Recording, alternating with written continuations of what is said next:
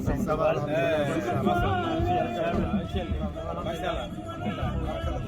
machallah mais ke joom kelle ko lekkol jinaɗi a yettirimo ɗo coftal hannde no feewi machallah holko woni ko ɗo gonɗen e galle Cambil Aboubacar kono dillini meɗen paaɗen ko toon wiyete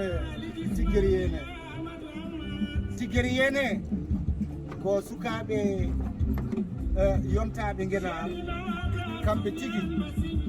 juɓɓini ñalawmaji tati ɗi woni le 7 et le 8 et le 9 lewru witeɗo août ɗo paaɗen machallah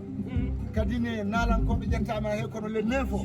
Abou Djouba tagi e jayri gendi mbalata toon weltinde Fuutankagal e Pulaar ɗum noon eɗen gaddi so wiyama ɗum ummade Wourossogui ha Matam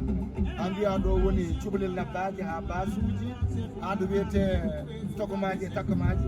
wuuro Ousmane Youssouf Sira walla ko wuuro Ba Oumar Yero en noddi yontaɓe leñol ngol ɗum noon eɗen gandi Bocara Ba e dendagal ñalawmaji juɓɓinaɗi ɗi Bocara Ba kanko ummi toɗo wiyete Siwis haalde bandiraɓe mum fedde Guénar naaɓe kamɓe fof ɓe daari ɓe jaaɓi wadde festival artirde fina tawa men ubbinde bine fulɓe e ɗum noon Abou Yero Penda Thiam mbe sikki a mankata ñande non ke joom kelle ko lekkol jinaɗi aɗa andi